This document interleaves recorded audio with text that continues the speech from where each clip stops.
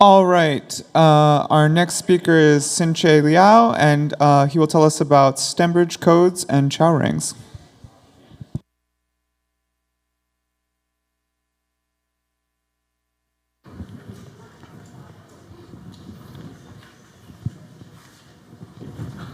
So thanks for giving me the opportunity to present my works here. So I'll talk about Stembridge codes and Chow rings. So first, let's start with the permutohedral variety, which has already shown up in Chris' talk yesterday. So it is the toric variety associated to the normal fan, sigma n, of the permutohedron pi n. And you can see on the right-hand side, this is an example when n equal to 3. The hexagon is the permutohedron whose vertex set is just all the permutations of then 3. And the normal fan, in this case, is just the, it's just the cone and the rays coming from the hyperplane, from this braid arrangement. And it is known that the Poincare polynomial of the permutohedral variety is the Eulerian polynomial, which we denote as an of t. And this cohomology carries a representation of Sn induces from the Sn action acting on this normal fan. So Stanley, he calculated the Frobenius characteristic of this representation and showed that, so it's H positive, so it will be a permutation, it is a permutation representation.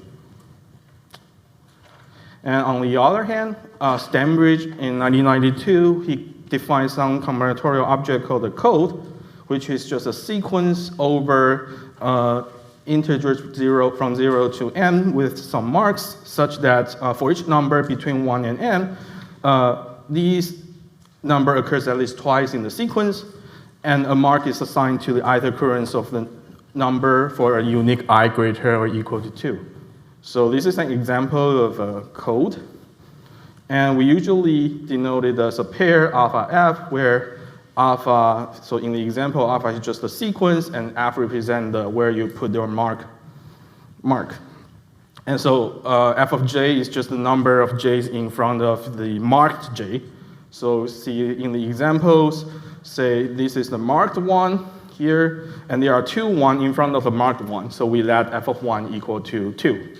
And so on, f of 2 is 1, f of 3 is 1. And so then we can define what is the index of a code, which is just you summing up all these f values from 1 to m. So the same example, the index is just 2 plus 1 plus 1, which is 4. And these are tables of all the codes of length 3 and the corresponding index they have. And you can see the index has distribution 1 for 1, which is exactly the Eulerian distribution. And we can also define an Sn action acting on the codes by just permuting the sequence part and that the f parts unchanged. And this will make the linear span of the codes of then n with index j, which we denote as vnj here, make it a permutation representation of Sn. And Stembridge, he used this Stanley's Frobenius characteristic of the cohomology of permutohedral variety to show that the space from the codes is isomorphic to the cohomology of the permutohedron as an Sn module. So, and he also asked that, can we find a permutation basis for the cohomology that induce this representation? So in our work, we will give an explicit permutation basis in terms of Chow ring, and it is also clear how this Sn permutes the basis. So first, we will need the following theorem from Danilov and Stembridge to identify cohomology ring as a Chow ring. So this basically says that if you have a simple n-lattice polytope P with normal fan sigma P, and P star is this dual simplicial polytope, then the cohomology of the toric variety associated to this normal fan is isomorphic to the Stanley-Reisner ring of the boundary of these dual polytope, modding out some linear, natural linear system of parameters, kind of encode how you embed your polytope in the space. And moreover, if you have a finite group G acting on these normal fans simplicially and freely, then this isomorphism is a G-module isomorphism. Okay. And the right-hand side, this quotient ring is also known as the Chow ring of the toric variety X sigma P. So Fachner and Zvinsky in 2004, they defined something called Chow ring of an atomic lattice L with respect to a certain type of subset G of L called the building set. And so they denote it as these DLG, and they also find a basis for it. In particular, when this lattice is the Boolean lattice, and when you take G to be maximal building set, which is Bn minus this empty set, then this ring is also known as the Chow ring of the Boolean matroid, and it's the same as the Chow ring of the permutohedral variety. And so from Danilov and Stembridge theorem, we can identify this as the cohomology. And in this case, the Fachner-Zvinsky, their basis, has the following form, and is indexed by this chain of lattice and have some restriction on these exponents. So, and okay, this is when n equals to 3, these are examples of basis. And it turns out this is exactly the permutation basis we want. And oh, there's an Sn action act on them by just you permuting the index. So, and this will be the Sn permutation basis we want. And we found that by just showing a bijection between the basis and the codes of length n, and these bijection respect both the Sn action on both sides and take the degree of the monomial to the index of the image. And so the bijection is pretty natural, so you can just see from these examples. So say this is basis elements when n equal to 8, and it will correspond to a code in the following way.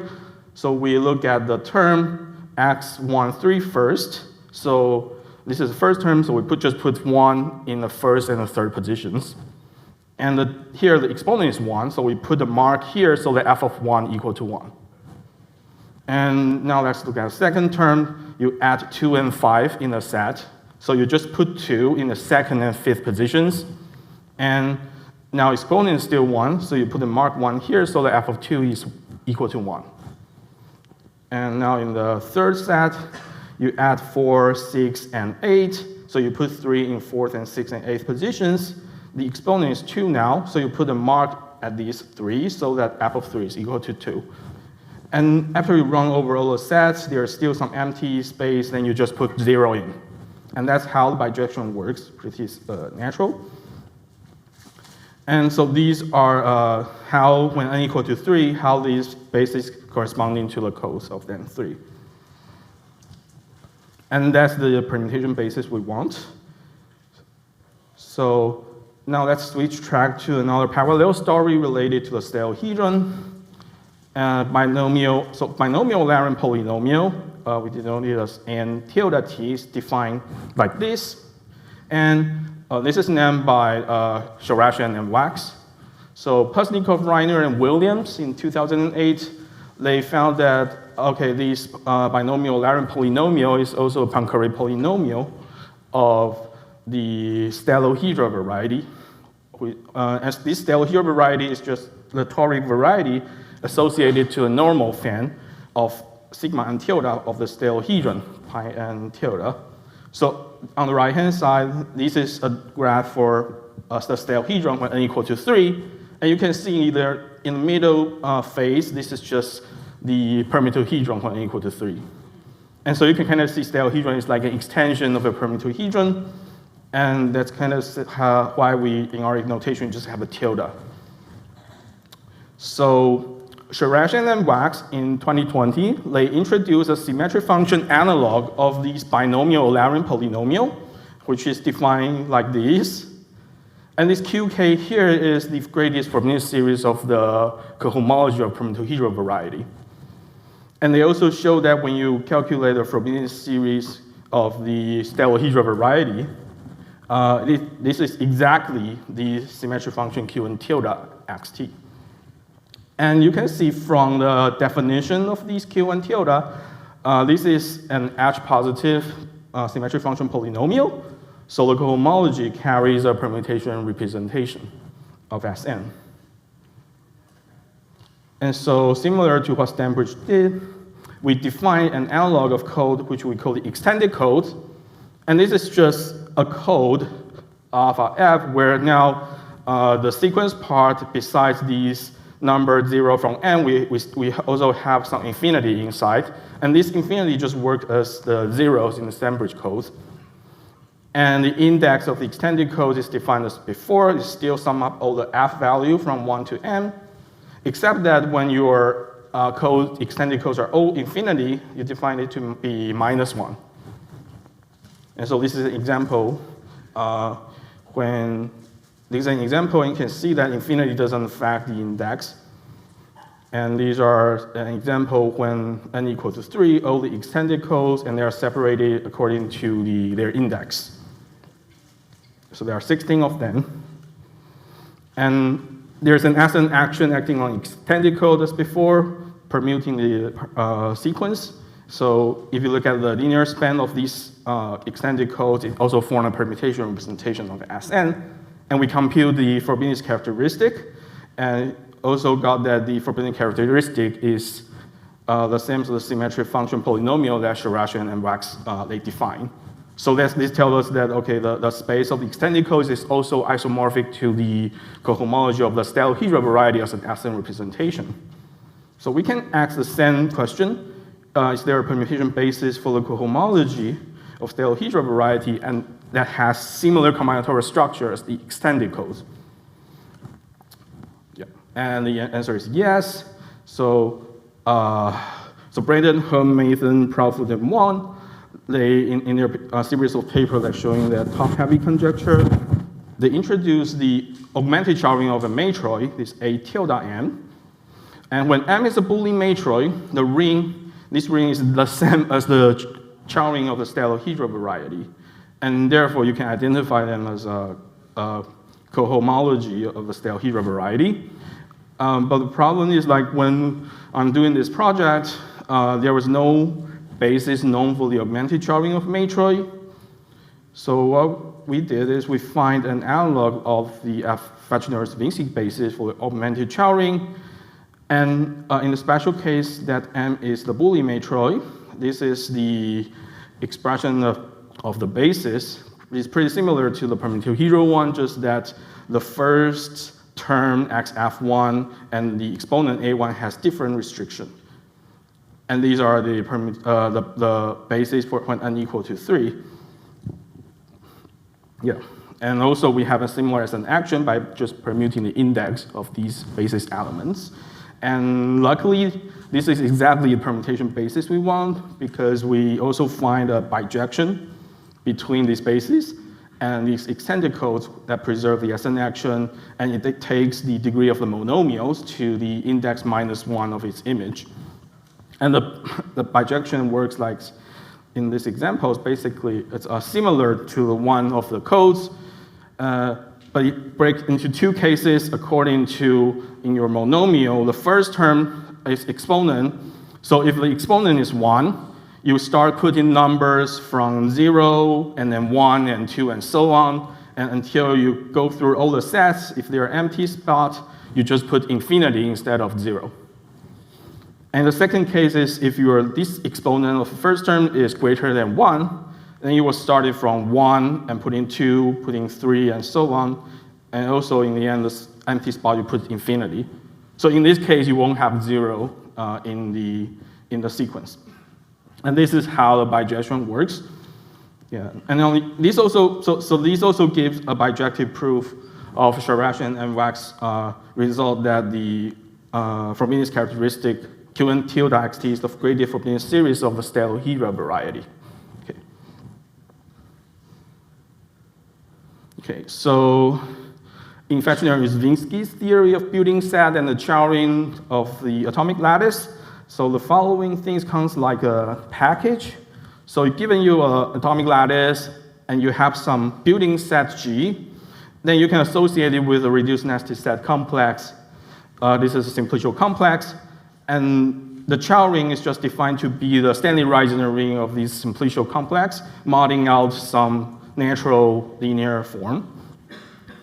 And so these are the package that kind of related to the stellahedron, and you can see there are some blanks here. So what I did is just, I tried to fill up the blank, and it turns out will lead us to a basis. Yeah. So now, that M to be a matroid on 1 through n set, and that is a flat Lm, and independent complex is this Im. Then the augmented Chow ring of n, this encoded both information from this Lm and Im, and is defined as the following.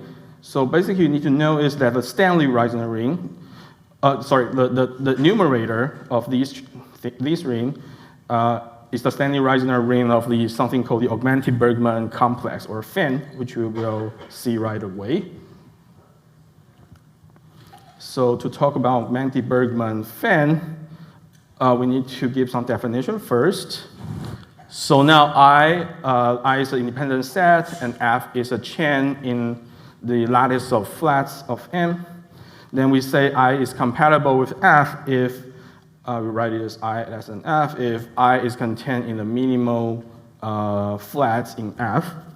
And in particular, any independent set is compatible with the empty chain. And also for subset S of 1 through n set, we write ES as the sum of EI over all elements in S. And the augmented Bergman fan, sigma m tilde, this is defined, is a simplicial fan in Rn, and consists of cones indexed by these compatible pairs, such that the chain does not contain the maximal elements in your flats, lattice of flats.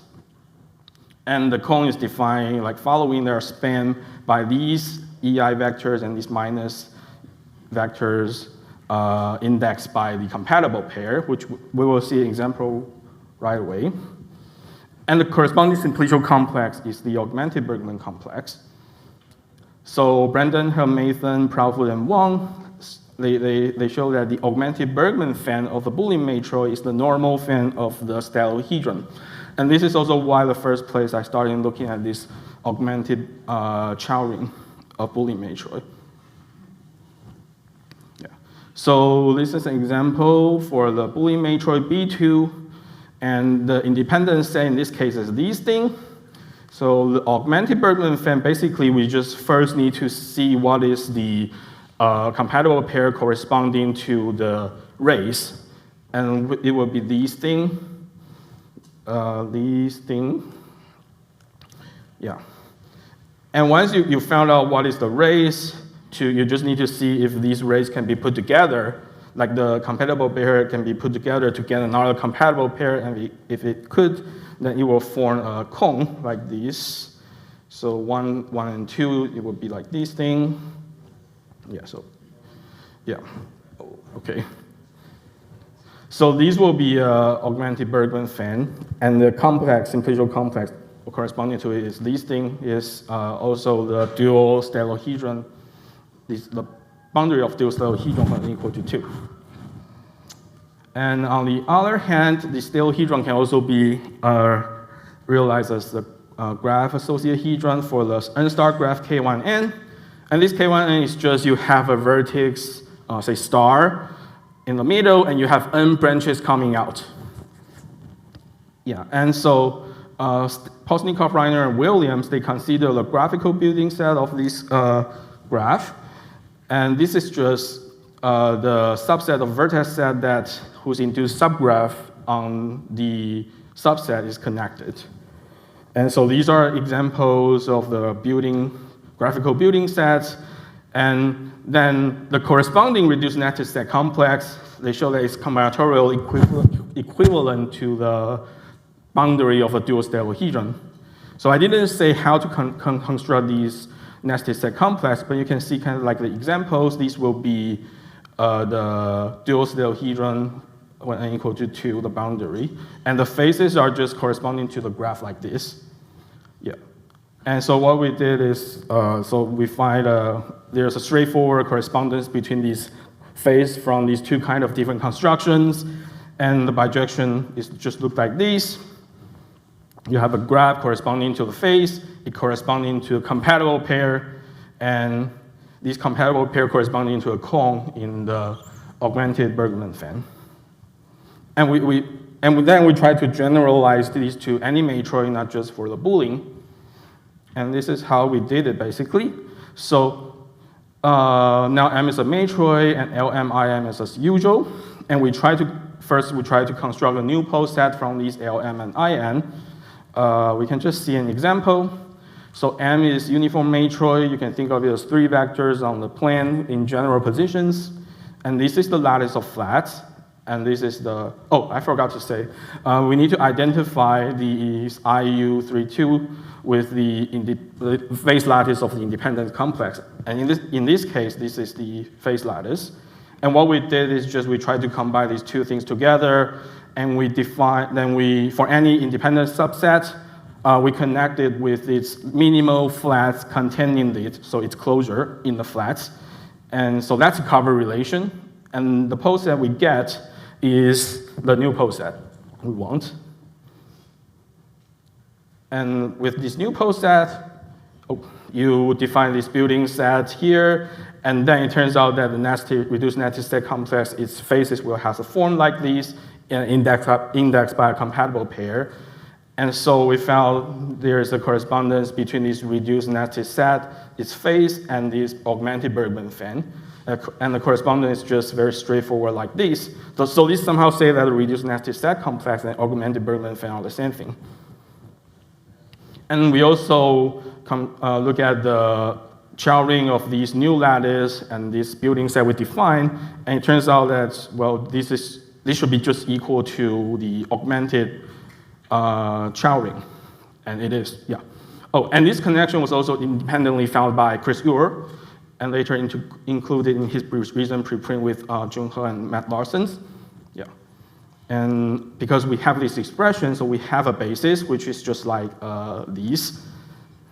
And that's how we find the basis for the augmented Bergman, augmented matroid for any matroid. Yeah, and this is just summary, so I think that's it. Thank you.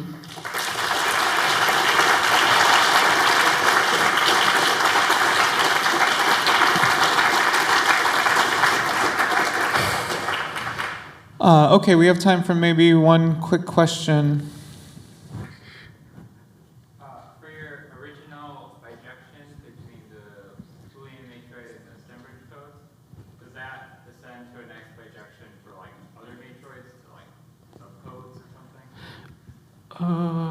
Can you repeat the question? Yeah, so, okay, you said, so the bijection between the codes and the basis of the Chow ring of Boolean matroid, and does it work for other matroids? Yeah. So does it work with other matroid? So for other matroid, basically your basis, Fechner's Vinsik basis is just a subset of that base, the basis you saw. And so it will, still works, just like your codes becomes like some subset of codes, not like a whole thing, yeah. It depends on your your structure of your matroid. So yeah. Yeah, but you can use them to compute the other like Hilbert series of other matroid. Yeah, so I have something also like to compute for a uniform matroid. Yeah, so you can write like what the basis should look like also for uniform matroid or Sonnet matroid if you can specify it. Yeah. Okay, let's thank Sinche again.